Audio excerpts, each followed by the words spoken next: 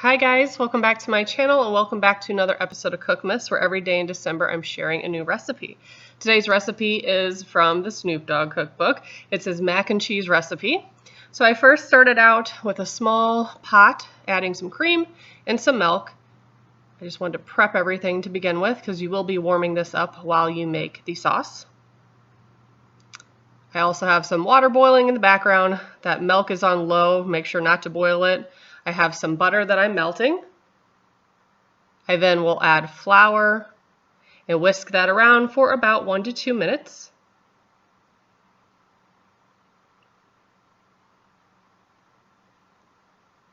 Then I slowly, at first, started adding that warmed milk and cream mixture, and then I just decided to dump it all in. So I did that just to speed up the process.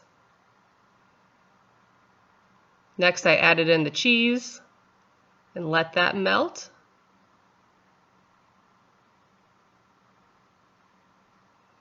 And the recipe did call for sour cream. Whenever anything calls for sour cream, I never use sour cream. I always use Greek yogurt. So that's what I'm adding.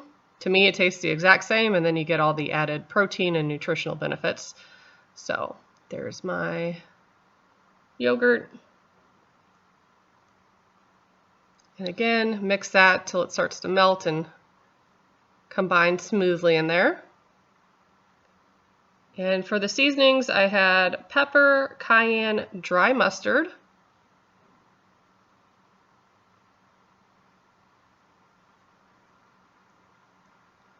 Also added in some W sauce. I heard someone say that, and that's hilarious. Someone left me that comment that they can never pronounce Worcestershire. I don't know if I said it right, but you know what I'm talking about. So that is in there as well. And then you can season that with some salt. And it should be nice and thick. And at that time, the pasta should be done cooking as well. So once everything was mixed together, drained my pasta, added that in.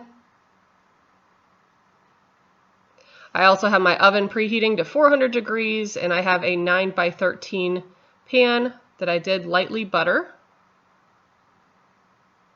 So once I have all the pasta mixed up, I'm going to go ahead and transfer that to the 9x13 dish.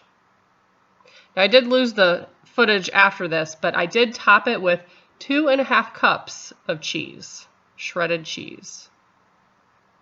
I baked that in the oven for about 30 minutes until it was golden brown and bubbly, and this turned out absolutely delicious. Mac and cheese from scratch is always good. So if you want to follow along, I did put the recipe below in the description, and as always, thank you so much for watching. Bye guys.